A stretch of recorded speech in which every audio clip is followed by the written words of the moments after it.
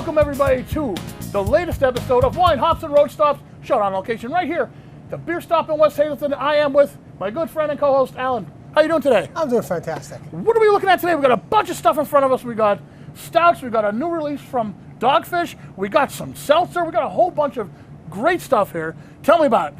Well, anything that always comes out new from Dogfish, everybody's always excited for. Right. And this is a cream ale, but an imperial cream ale, brewed with apples and cinnamon, so it's kind of seasonal.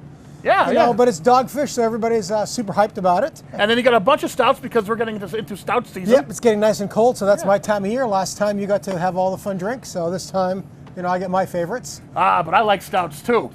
We're bringing you along, little by little. Yeah, and then moving along, something that I'm starting to get a little bit more used to because it is really popular right now. We have seltzers. Seltzers, well, not just seltzers. These are the brand new sugar-free seltzers. Oh.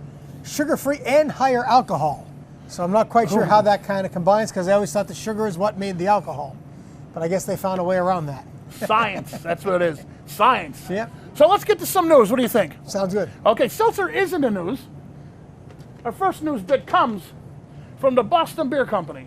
The Boston Beer Company is reformulating all Truly Hard Seltzer flavors.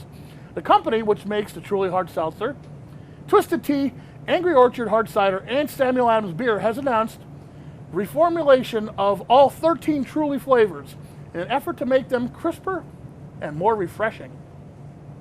This is at least the second time the company has tweaked this flavor since launching it. According to the company, the Truly innovation team spent nearly 1,500 hours testing more than 130 recipes in cities like Chicago, Dallas, and Boston.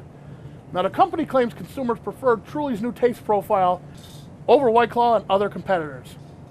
Truly's new taste profile includes a more fruit-forward aroma, a slightly increased flavor, and a crisp finish without that lingering bitter taste. So, well, I guess we'll see. The only time will tell if the Truly gets better. Yeah. Well, Truly was the first ones, at least in this area, to kind of come out with it. So they were a little bit soft in the beginning because nobody really knew kind of where it was or what it was. So they're trying to figure out how to rework it and rebrand it. Seltzer sales are continuing to grow, and it's really White Claw and Smirnoff. Well, what do you have in front of us today? Now, let's say right in front of us, we have the new Swirl brand. 8% alcohol, so it's about 50% more alcohol than the other brands, and no sugar. That's great. Crazy names, we got salted caramel, whipped cream, cake, caramel, and this is unicorn. Unicorn. Which I thought it could have been red because then they could call it like unicorn blood and get all the Harry Potter fans. Unicorn blood. Sounds like a metal album from the 80s. Okay, so Yep. Smells like strawberries. Yep. Well, hey, you know what? It's not overly carbonated. And No. I like that in my seltzer. Yep. But you can kind of tell it's sugar-free though. Yeah. Yeah. You know, maybe Yeah. it's not masked as well. If there's higher alcohol, I'm sure people are going to drink it. And they'll be like, look, it's sugar-free. It's great for you. But I mean, it's not bad. I It's kind of pretty like good. it. I mean, I'm not a huge seltzer fan. No. But unicorn flavor is pretty much strawberry. Yeah, I would say so. That's what I'm. Yeah, that's strawberry what I'm guava, getting from it, maybe, kind of like that, kind Yeah. of in that range. Yeah, it's not bad. It's not bad. Yeah. So these are brand new. These are brand new. They just came out this week. Great packaging. 24-ounce can only, so they're really going after the, 24-ounce can market. That's not your light seltzer right there. No. But I could see relaxing on a beach and having one of these. Sure. Yeah.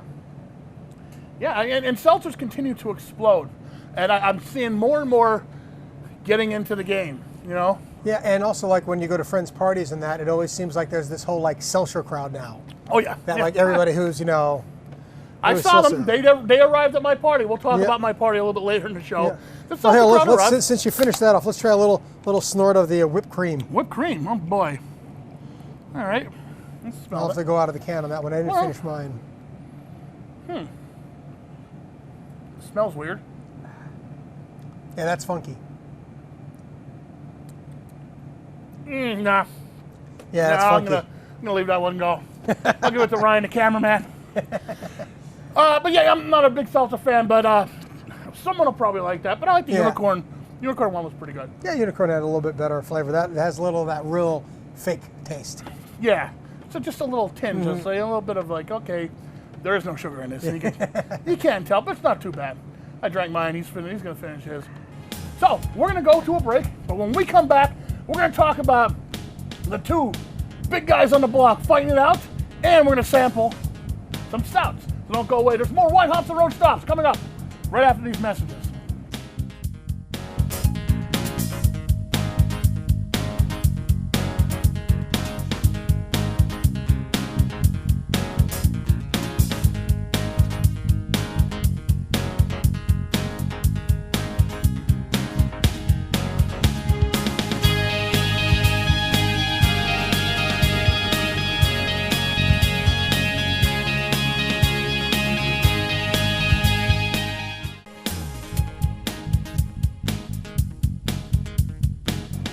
Welcome back to Wine Hops and Road Stops, on location at the beer stop in West Hazelton. You have a question for us? Easiest way to get in touch with us, of course, is Facebook. Facebook.com/Wine Hops and Road Stops. Send us your questions. Let us know what you want us to talk about here on the show. Next thing we're going to talk about, big news in the beer world. The two big guys are fighting again. Yeah. It's like those two kids are fighting. You got to separate them. Anheuser-Busch is fighting with Miller Coors again. Yeah. Yeah. Anheuser-Busch accuses Miller Coors of stealing confidential recipes. The legal battle between the two largest beer makers in the United States is escalating again. Anheuser-Busch accused Miller Coors of breaking state and federal laws by stealing trade secrets regarding beer recipes from its top two selling brands, Bud Light and Michelob Ultra. Anheuser-Busch alleges that two of its former employees, who now work for Miller Coors, either shared confidential trade secrets with their current employers or sought information from current employees about the making of Anheuser-Busch products. What's your take on this? Well, I guess they didn't realize that Anheuser-Busch already knew about wheat, barley, and hops. Isn't like the ingredients like on the bottle or on the can? Yeah. Well, it's typical Budweiser, though. I mean, Anheuser-Busch sued the original Budweiser beer for their own name. Yeah. Even though that beer was in business in 1692. That's a long time. They basically just said, well, we're going to sue you, and we have bigger pockets than you do, so we'll either bankrupt you or you'll change your name. So they changed their name. It's pretty much going to be who has the better lawyers now? I don't know. Budweiser's just really going after the guys. I don't know if they're losing market share or what, but I don't think they're losing it necessarily to Bud Miller Coors. I think they're losing it to the younger generation drinking better beer. And the gloves have definitely, been off ever since those Bud Light commercials with the high fructose corn syrup. Oh yeah, they're off. That's not ours. Bring that down to there. The gloves are off. They're bare knuckle brawling like a 30s style boxer like this. That's how they're fighting now, like that. Yes. All right, let's move on to drinking, sampling. What do we got here in front of us today? All right. Well, we're going to start with the Dogfish Suddenly Comfy. Suddenly Comfy. Yes. Okay. This is their Imperial. Yeah, I mean, you can even smell the apples and cinnamon. Oh yeah. 8% alcohol. It's good. Now I sampled this weekend for the first time, and I did like it, but I will drink it again. Yep. That is nice. It's kind of a cross between a beer and a cider. Yeah, you get a nice nose of apple and cinnamon, and then the nice finish is. It's a Dogfish finish. I'll say that. They all have the same kind of taste to it. It's a taste of apple, and it finishes like a beer. Yeah, it's good. It's very good. Another fine product by Dogfish. Absolutely. Good one, guys. Good one. Yep. Yeah. Hopefully, with Sam Adams at the helm, they'll just keep going. more and more seasonals, which is what we talked about originally. Yeah, That's kind of the hope. That's really good. It just feels like fall when I drink this beer. And what's nice too is they're not going right for a Dogfish. Usually is the barrel-aged 14%, 12%, just over-the-top beers. Well, this still has some punch to it, though, doesn't it? Yeah, 8%. 8%, yeah. Which is more than the usual beer, but it's still not over the top as in terms of drinking. Right. All right. Next, we're getting to stout season. So we'll start on the lower end with a milk stout. This is from Left Hand. Okay. That's just a pure plain stout.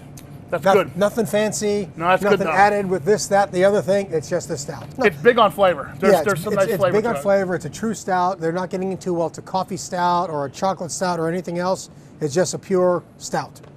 Right, that's good. But yeah, no, that's always a great go-to beer. Yeah, absolutely. Now we're going to go to something different, which is a chocolate stout, the Thirsty Miner chocolate stout. Tell me about this one. Thirsty, these guys, and the nice thing is it's a really reasonable price. It's like $8 for a six-pack. Oh, that's nice. So I mean, they're really lower on the end, and it's from Wisconsin.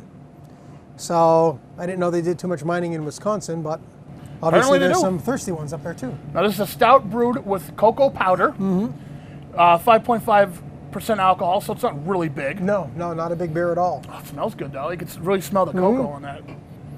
Yeah, I like that. That's good. It's not overbearing with the cocoa flavor either, which is nice.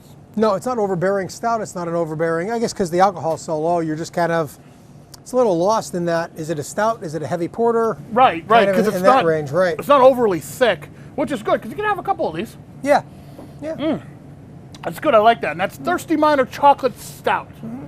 Next from Stone, always known for their big beers. They had this last year. They came out with it again. The Show Cerveza. And it's by Stone? It's by Stone, which is always a nice big beer company. So hopefully it just has a much bigger, heavier nose to it. And a lot more flavor than the last one. Yeah. Probably because the higher alcohol content? I don't know if it's the higher alcohol or 8%. So I mean, it's a little high. Well, it's significantly higher. Yeah, that's 5. The one before was 5.5. This is 8. But you're definitely getting to that Russian Imperial Stout. I don't know if I'd go as far as hot chocolate though. No, but there's it's definitely a chocolate stout. Chocolate, stout, and alcohol. That's what I taste in this. And a dark chocolate stout. Yeah. Yeah. Yeah. It's not the same as like the chocolate we had before. And perhaps this is the Mexican chocolate, I don't know, that gives it more of that dark chocolate type flavor. Could be, but that's really good. I like this.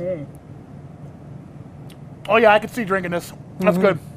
Very good. But again, I always have to say it about brewing companies that consistently make a good beer. Stone's one of them. Absolutely. And they're West Coast guys, so that means now everything comes in cans. Out in West Coast, for whatever reason, everything's cans, no more bottles, probably recycling, and also the fact that there's no clear glass to let the light in, which hurts the beer. Right, and we talked about that a couple seasons ago. Yeah. Light is the main thing that will skunk your beer, correct? Yeah, absolutely. Everybody thinks it's temperature. You know, your beer goes from warehouse temperatures to almost freezing to 80 degrees, probably 2 or 3 times before you drink it. Right. All right, well, let's move on to the next one. All right, the next one we have is Mother Earth's Syntax. It is a Imperial Peanut Stout. Oh, peanuts. Yes. Like the Great Pumpkin Charlie Brown peanuts? Or yes, the Imperial Chocolate. I was on last night. Roasted brown sugar. Okay, I'll get back to the beer because I'm talking about Charlie Brown and the Great Pumpkin. But oh my God, there is a lot of nose to this. It hits you like right here. Yep. You don't even have to put your nose into it. Well, it's peanut buttery. Yeah. What's nice is a lot of the peanut butter ones that really are super peanut buttery, they're putting artificial flavors in. There's no artificial flavors in that I can tell. There's more peanut butter on the back end, on the finish. Right. Yeah. Yeah, it's like an aftertaste. Okay, so we got an 8% stout, just like the last one. Yeah. Imperial stout, that is, right? Like, at what point does a stout become an imperial stout? Is it around the 8% mark, 7% mark? It's not even so much the alcohol percentage. It's more kind of the brewing process and a marketing tool. You know, everybody else has stouts where we're going to have an imperial stout. Right. When you label them imperial or double, they tend to be higher in alcohol. They tend to be higher in alcohol and just meant to be heavier in general, whether it's heavier on the palate, on the alcohol, or the flavor. Now, if I had to compare these 4 stouts, I could really see the difference. These last 2 are labeled imperial. The first 2 weren't, and there's a big difference in flavor, mouthfeel, everything. There's more of everything I just mentioned in the last 2 than the first 2. Yeah, the first 2 are lighter. It's almost like saying exactly, these are lighter, they're heavier. Right. You know, no question, that's the best way to kind of put it. So when you see the word imperial, you know you're in for probably a bigger beer, but probably a thicker beer, a beer with more flavor, a beer that's, we'll say, more robust. Yes. Yeah. Than the other ones. But even these other ones, though, I mean, they're easier to drink, I think. So I could probably drink a little bit more of them and have an easier time because, you know, you get full, your belly gets full. And, you know. Well, after second or third Russian Imperial Stout, yeah, I mean, that's a lot of heaviness there going on. That's true. Well, there are the beers for this episode at the Beer Stop. When we come back, we're going to give you some beer party ideas for you to entertain all your friends and family this holiday season because we're coming up on the holidays. Don't go away. There's more Wine, Hops, and Road Stop when we come back.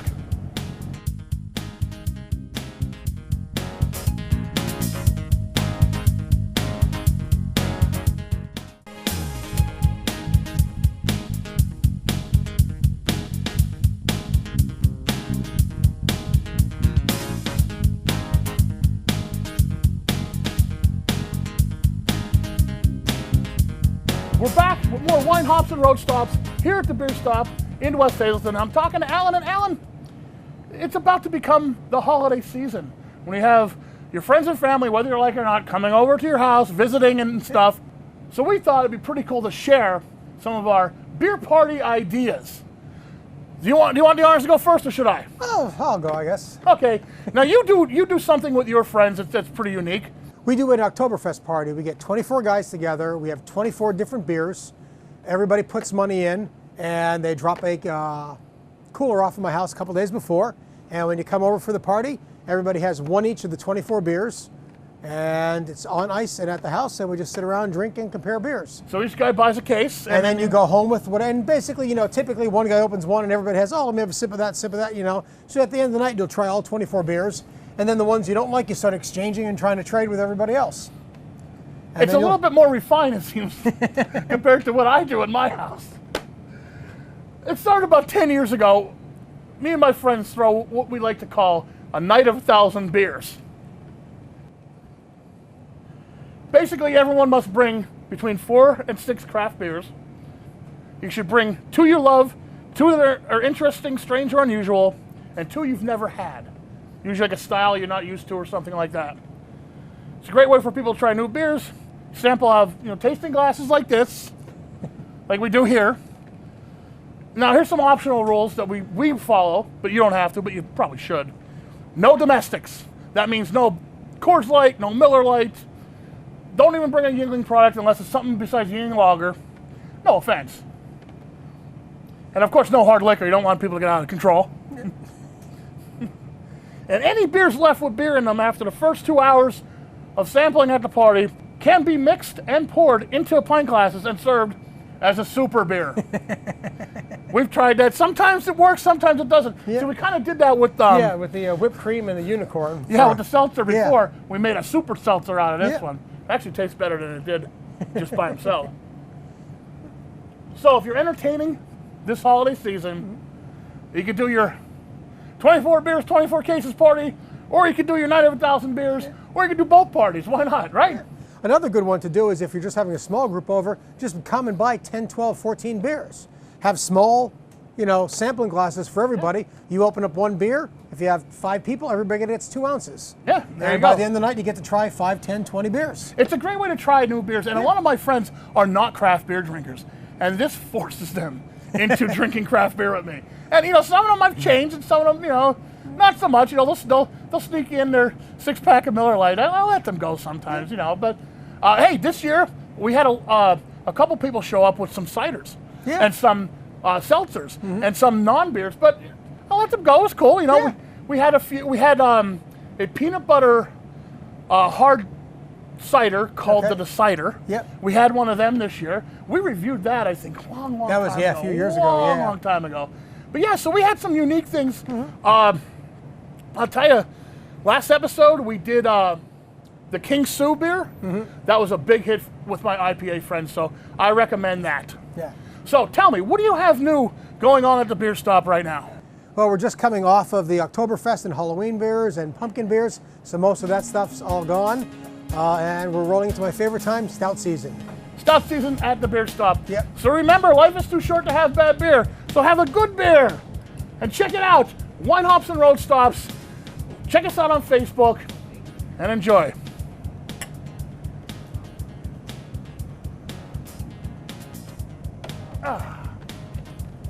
There we go. That was good. Yeah. Excellent. We're pros at this now. I really like this beer, and you know what? I didn't think I was going to. Like, everything about it says like I shouldn't like it. Well, every time you see fruit, you just kind of go like, yeah, I'm a beer guy. What's the fruit? But no, it is. It's nicely blended. I think it's the cream ale that really gets me. Was it? And the higher alcohol still makes it that beer burn. Yeah. Kind of, so you're still thinking it's a beer rather than just another cider. Because usually, I don't think I've ever had like a cream ale mixed with apple and cinnamon. Oh, there you go. Okay. You were talking cider before. Yeah. It's actually mixed with apple juice. Yeah. Yeah. Cool. Apple juice, cinnamon, allspice, and vanilla. Very interesting beer. All right, I guess we're done. Alrighty.